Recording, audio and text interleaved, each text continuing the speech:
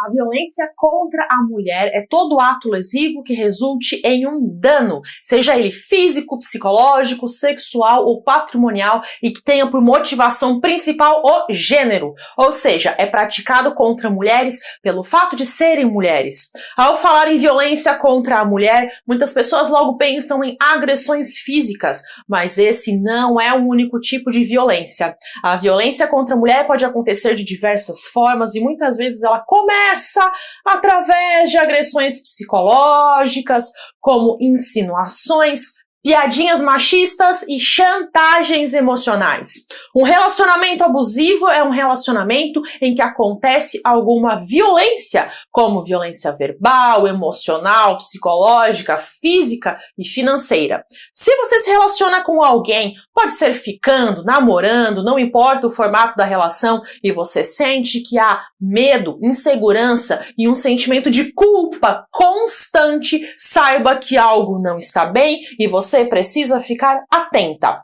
Eu sou Cíntia Brunelli e esse vídeo é para trazer informações necessárias para ajudar no combate à violência. E ao final do vídeo você vai conseguir identificar diversas formas de violência e também quais são os principais caminhos para denunciar e buscar ajuda. Esse vídeo serve tanto para mulheres que estão sendo vítimas, quanto para outras pessoas que tenham informação de alguma mulher do seu círculo, uma irmã, amiga, prima, vizinha, colega, enfim, uma mulher que esteja passando por isso e queira saber o que fazer diante dessa situação.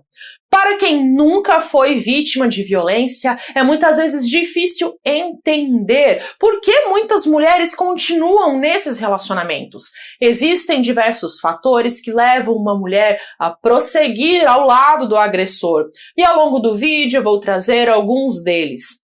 Antes de julgar mulheres que já foram vítimas de violência, vamos buscar compreender o problema.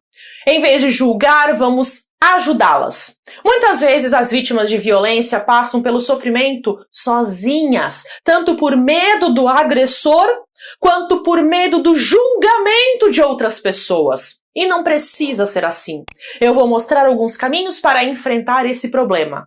Eu já sei que esse vídeo provavelmente não vai ser monetizado pelo YouTube devido ao assunto, porque sempre que eu faço vídeos sobre temas considerados polêmicos, o YouTube não monetiza. E a consequência de um vídeo não ser monetizado é que o autor não recebe nada e o vídeo tende a também não ser recomendado na plataforma. Então, se você quiser me ajudar a espalhar esse vídeo, você pode deixar o seu like, deixar um comentário ou até mesmo compartilhar com outras pessoas para forçar o algoritmo do YouTube a recomendar o meu vídeo, já que esse é um tema tão importante. Esse vai ser um vídeo muito informativo, mas também muito pesado. E então eu não recomendo que você assista a ele perto de crianças. É importante que você, pessoa adulta, tenha acesso a esse conhecimento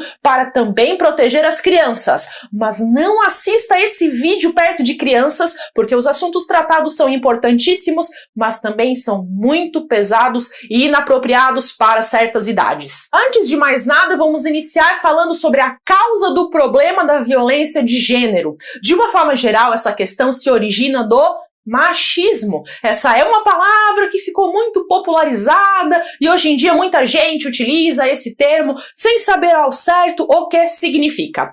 Machismo é considerar que a mulher é inferior ao homem. Esse pensamento faz com que na sociedade as relações de poder entre homens e mulheres sejam desiguais. Assim, o homem entende que possui mais poder do que a mulher, levando à violência de gênero.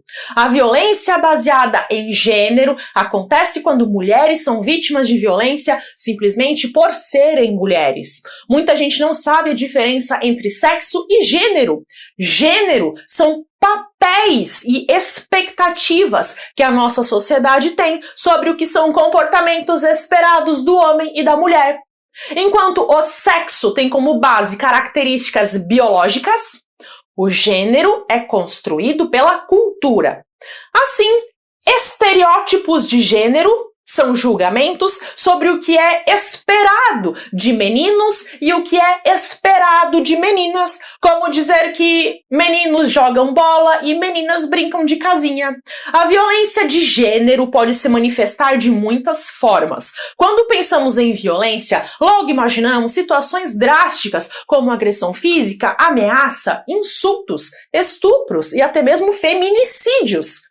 Um feminicídio é quando uma mulher é morta por ser mulher.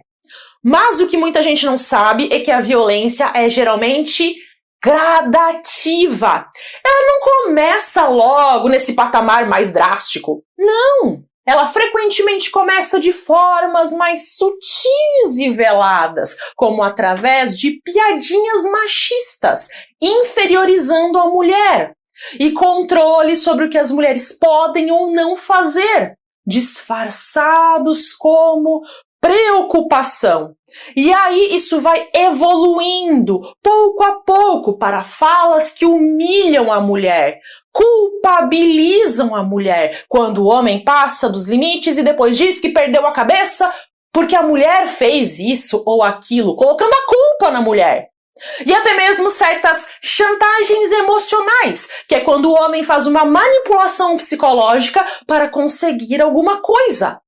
A mídia também contribui para a violência, na medida em que veicula propagandas machistas, notícias com o viés machista, programas de TV que reforçam estereótipos e por aí vai.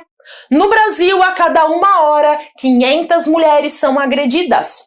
O machismo também afeta várias outras áreas da vida. De acordo com o IBGE, as mulheres são a maioria das pessoas com diploma de ensino superior, mas ainda assim recebem, em média, apenas 77% do salário de homens, mesmo realizando o mesmo trabalho. Agora eu vou falar mais sobre a violência doméstica. Violência doméstica é qualquer tipo de abuso que acontece dentro de uma família ou entre pessoas que estejam se relacionando. Existem diferentes tipos de violência doméstica e normalmente elas têm uma coisa em comum: fazem com que a mulher se sinta inferiorizada e insegura. No Brasil temos uma lei que protege as mulheres da violência doméstica, que é a Lei Maria da Penha, que define os tipos de violência. Vou falar sobre as formas de violência, começando pela violência sexual. A violência sexual é forçar a mulher a ter uma relação sexual que ela não queira ou de uma forma que ela não consentiu. Por exemplo, se o homem tirar o preservativo durante a relação sem o consentimento da mulher, temos uma forma de violência sexual. Se durante a relação ela pedir para ele parar e ele não parar, também temos violência sexual. Vou falar agora sobre outro tipo de violência que também é bem conhecida, que é a violência física, que é bater, empurrar, segurar com força ou qualquer outra coisa que machuque o corpo da mulher. Se a mulher perceber que está correndo risco de sofrer violência, ela pode ir a uma delegacia e pedir uma medida protetiva para que o agressor não possa se aproximar dela ou de seus familiares. Medida protetiva da Lei Maria da Penha. O nome dessa lei é uma homenagem a Maria da Penha, uma sobrevivente de violência doméstica, cujo marido tentou matá-la 2 vezes, deixando-a paraplégica. Desde então, Maria da Penha se dedica à causa do combate à violência contra as mulheres. A Lei Maria da Penha também deve ser aplicada a mulheres trans. As mulheres trans são aquelas que possuem as características biológicas masculinas, mas que identificam com o gênero feminino. A violência física é a forma mais conhecida de violência, mas não é a única. Geralmente, quando se chega à violência física, é porque já houve antes outras formas de violência, como a violência psicológica. A violência doméstica normalmente começa com agressões psicológicas. A violência psicológica é humilhar, insultar, chantagear e controlar o comportamento da mulher. Só que muitas mulheres não conseguem identificar que isso tudo é uma violência, porque as agressões são disfarçadas de ciúmes. E aí a mulher pensa que está diante de uma demonstração de amor. Vou trazer alguns exemplos de violência psicológica. Ele fala mal de todos os amigos e familiares da mulher, para que pouco a pouco ela se afaste de toda a sua rede de apoio. Ele ameaça terminar o relacionamento caso ela não se afaste de pessoas e diz que é porque eles são más influências. Quando vão sair, ele diz: nossa, você vai sair desse jeito? Como se ele fosse o Giorgio Armani, né? Ou ele diz que batom vermelho chama muito a atenção. Ele quer sair sozinho com os amigos dele, mas não quer que ela saia sozinha com as suas amigas. Ele levanta a voz quando está discutindo, o que deixa ela incomodada. E aí depois ela fica com medo de falar alguma coisa que o deixe irritado, porque ela não quer que ele grite novamente. Ele diz frases como: ninguém vai te querer além de mim. Você não serve pra nada. Eu sou o único que te aguenta. E aí quando ela diz que está se sentindo desrespeitada, ele fala: ai, larga de frescura, você tá ficando louca, você tá criando coisa na sua cabeça. Se ela diz que ela quer terminar o relacionamento, ele não aceita a vontade dela e faz chantagem emocional, dizendo que não vai viver sem ela. Daria para mencionar muitos outros exemplos de violência psicológica, mas já deu para ter uma ideia. Vamos para o próximo tipo de violência, que é a violência patrimonial. Esse tipo de violência acontece quando o agressor usa o cartão de crédito da mulher, ou faz ela pagar contas, ou comprar presentes para ele, abusando dos sentimentos que ela tem por ele. Estilo golpista do Tinder. Geralmente, as vítimas de violência patrimonial são mulheres que já têm uma carreira, têm um bom salário e aí se envolvem com um homem que finge estar apaixonado, mas que na verdade só quer usufruir de benefícios financeiros. Outra forma de violência patrimonial é quando o homem destrói itens pessoais da mulher, como um celular. Ele tem um surto de ciúmes, daí joga o celular da mulher na parede. Por fim, temos também outro tipo de violência, que é a violência moral. A violência moral é xingar, difamar ou até mesmo inventar coisas sobre a mulher que não sejam verdadeiras. É tentar destruir a reputação da mulher. Por exemplo, acusar a mulher de traição, rebaixar a mulher por meio de xingamentos, fazer críticas mentirosas, expor a sua vida íntima, entre outros. E o que é que dizem as leis sobre todas essas formas de violência? Temos muitas leis prevendo crimes para essas condutas. Vou trazer a explicação resumida de alguns desses crimes, para você perceber quando estiverem acontecendo. Vou começar pelos crimes de teor sexual. Temos o crime de importunação sexual, que são aqueles assédios ou situações constrangedoras que acontecem na rua, como alguém te tocar no ônibus, ou querer roubar um beijo em uma festa sem a sua permissão. Temos também o crime de assédio sexual, que são ações, gestos e outras situações que acontecem quando alguém em posição de superior hierárquico no trabalho ou em condições de ascendência, que seja devido a um cargo, deixam a mulher constrangida, com vergonha e com medo, como quando o chefe insinua para a funcionária que se ela não tiver uma relação com ele, ela será demitida, ou quando um professor envia mensagens para uma aluna pedindo favores sexuais em troca de uma boa nota. Também temos crimes relacionados à exposição da intimidade sexual. Por exemplo, filmar ou fotografar cenas de nudez ou de ato sexual sem a autorização da mulher, ou fazer montagens para colocar o rosto da mulher em uma cena libidinosa.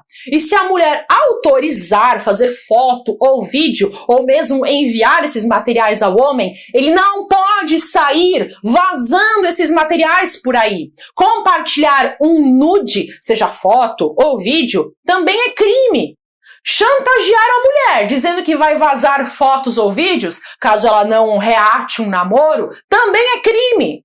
Ainda falando sobre crimes sexuais, temos o terrível crime de estupro, que é quando alguém força outra pessoa a ter relações, ou consegue que a pessoa ceda mediante ameaças. Muita gente imagina o estupro como um crime que acontece tarde da noite por um homem desconhecido, que utiliza a força física ou armas. E isso acontece também. Mas na realidade, a maioria dos casos de estupro acontece sem o uso de força física, quando o agressor usa a violência psicológica, como chantagens ou ameaças, para conseguir o que deseja.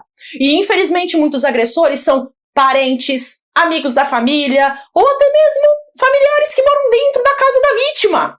Outra coisa que muita gente não sabe é que também é considerado estupro ter relações com uma pessoa que esteja inconsciente, sob efeito de álcool, drogas ou simplesmente dormindo. Dito em outras palavras, quando não há consentimento, é estupro. Para haver uma relação, a mulher precisa ter discernimento sobre o que está acontecendo e precisa ter condições de dar essa permissão.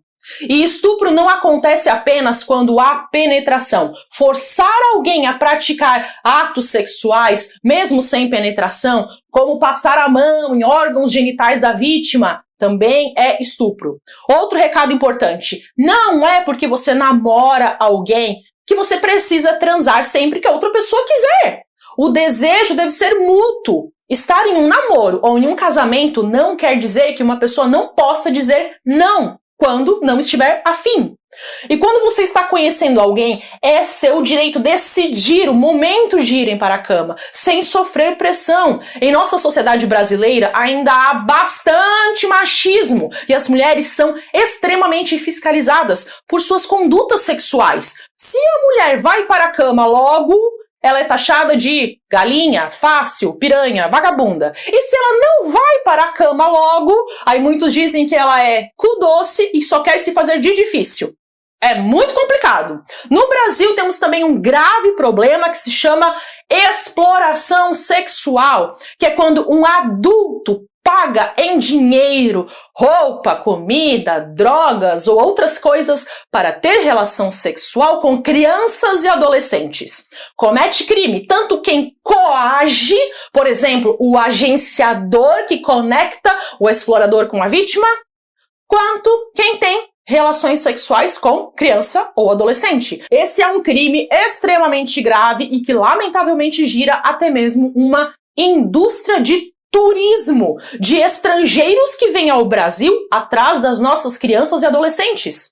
No caso de crimes contra crianças e adolescentes, você pode ligar para o Disque 100. A denúncia pode ser anônima. Voltando a falar sobre violência doméstica, algo que muitas pessoas não entendem é: por que uma mulher sofre violência doméstica e não termina logo a relação? É que saber identificar um relacionamento abusivo e conseguir superar uma relação abusiva não é tão fácil quanto muitas pessoas julgam. As pessoas geralmente acham que é só detectar que está ruim, terminar e superar, e pronto. Mas na prática leva um tempo até a pessoa compreender que está acontecendo uma forma de violência.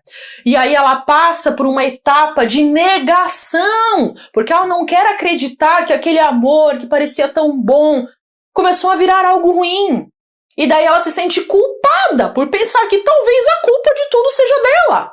E aí ela pensa em buscar ajuda, ou ela até busca ajuda, mas aí o agressor a ilude, dizendo que vai mudar, mas não muda. E daí iniciam esse ciclo em que ela quer terminar tudo, e daí ele promete mudanças, mas depois comete os mesmos erros. Sem contar que muitas vezes o casal tem filhos, o que dificulta esse processo de superação.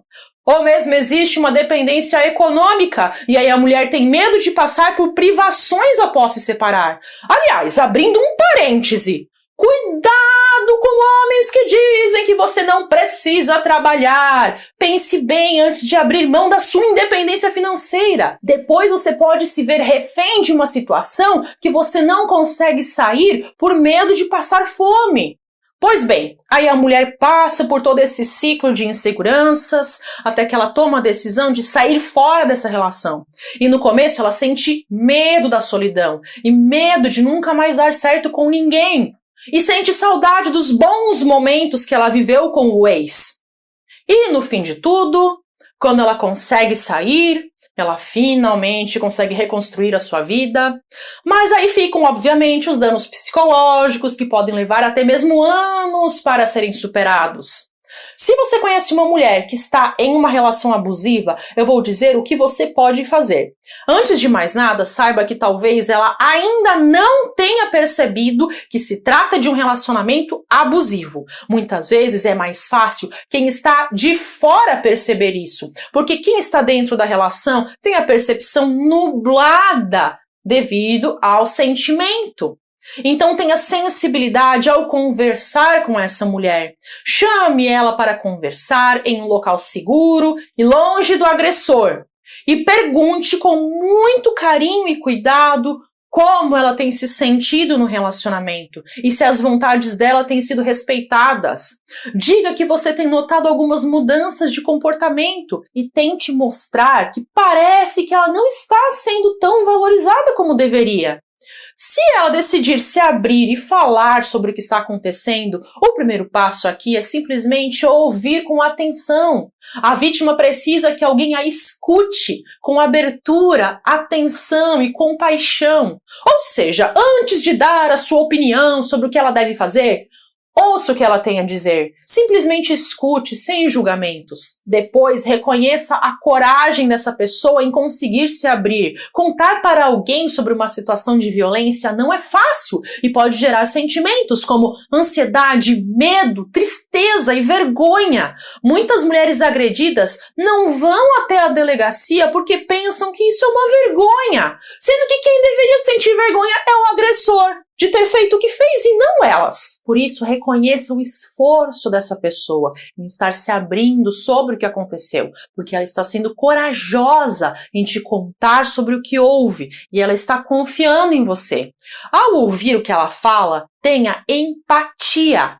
Nesse momento, não fique julgando, dizendo coisas do tipo: "Ai, mas por que você não terminou antes? Por que você continua nessa relação? Se você não termina, é porque você gosta de apanhar." Não! Comentários desse tipo podem fazer com que a vítima se sinta envergonhada ou acanhada. Lembre-se, se ela demorou para se abrir, é porque ela precisou desse tempo para entender o que está acontecendo e conseguir pedir ajuda.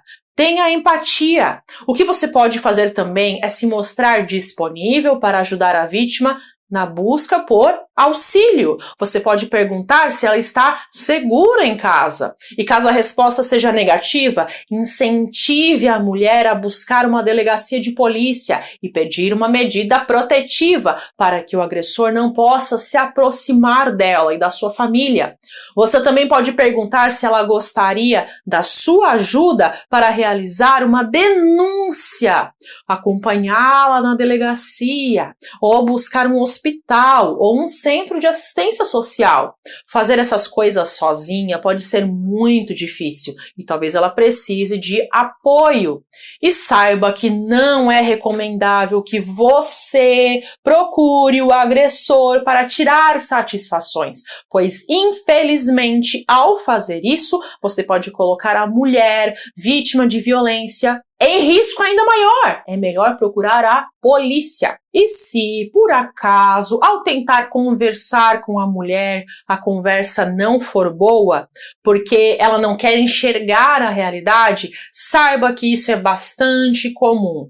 Muitas demoram a perceber ou a admitir e aceitar que estão sendo vítimas de um relacionamento abusivo. Pode até ser que ela defenda o agressor, dizendo que ele tinha razão e que a culpa foi dela. Então, tenha paciência e converse com ela aos poucos, mas esteja sempre por perto. Aí, quando ela estiver pronta, ela vai saber que pode contar com você. Amor e abuso são coisas totalmente diferentes, mas muitas pessoas não sabem como diferenciar uma coisa da outra. Um dos grandes motivos por que é difícil sair de uma relação abusiva é porque se trata de relações que envolvem amor, ao menos supostamente, o que torna muito mais complicado perceber o abuso e sair fora.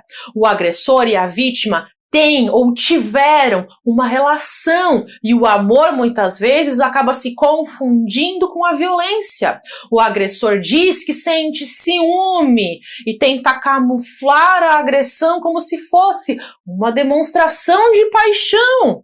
Muitas mulheres vítimas também evitam sair da relação ou denunciar a situação por medo de que algo possa acontecer com ela ou com seus filhos. Se ao assistir a esse vídeo você detectou que você está vivendo uma relação abusiva, converse com alguém da sua confiança, alguém com quem você confie. Pode ser uma amiga, uma professora querida, ou busque atendimento de uma profissional, como uma psicóloga, para te ajudar a compreender melhor os seus sentimentos e, se for o caso, a te ajudar a sair dessa relação.